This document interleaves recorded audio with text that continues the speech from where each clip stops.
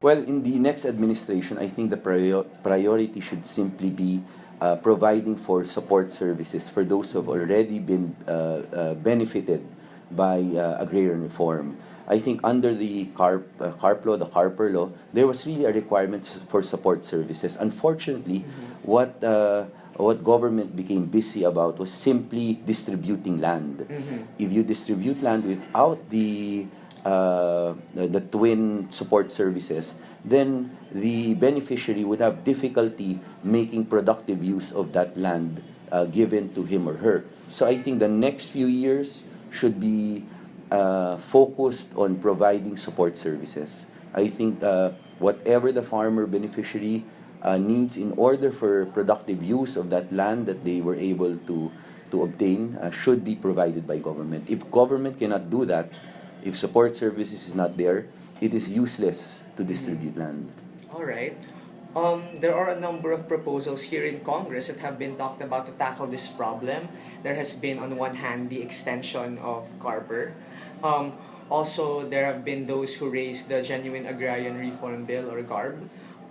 What are your thoughts on these initiatives that were offered by fellow congressmen here? Yes, as I mentioned earlier, I think the solution here is not merely the distribution of land.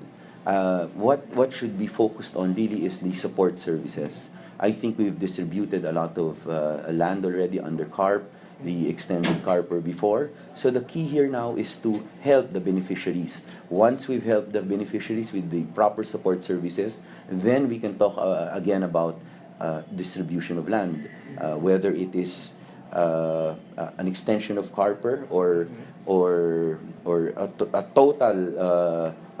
total distribution as proposed by the others will be best decided upon after we've seen the effects of a complete support service being given to beneficiaries right now.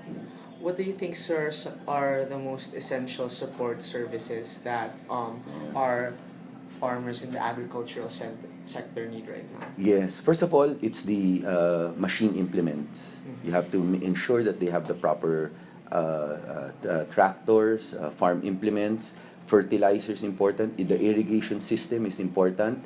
Right now, we are going to undergo, I think, El Nino, which according to Pag-asa is going to be the worst. So I think right now we should focus on providing all the help that we can give to the existing farmers to ensure that this El Nino will not be too detrimental to our farmers right now.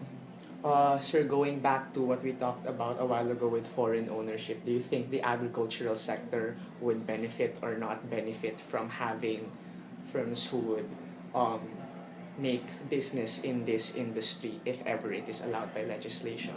I think in the agriculture sector there would be benefits if we are able to, depending on the land size and everything, there will be benefits that the country will feel because let's face reality, we are also not our budget is not high enough.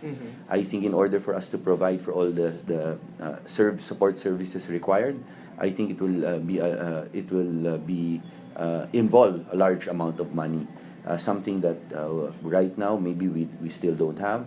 So in a sense, maybe that is one thing that can be considered, the agriculture sector, but maybe in a very restrictive implementation. I think we can choose areas wherein we have not really developed the agriculture lands there.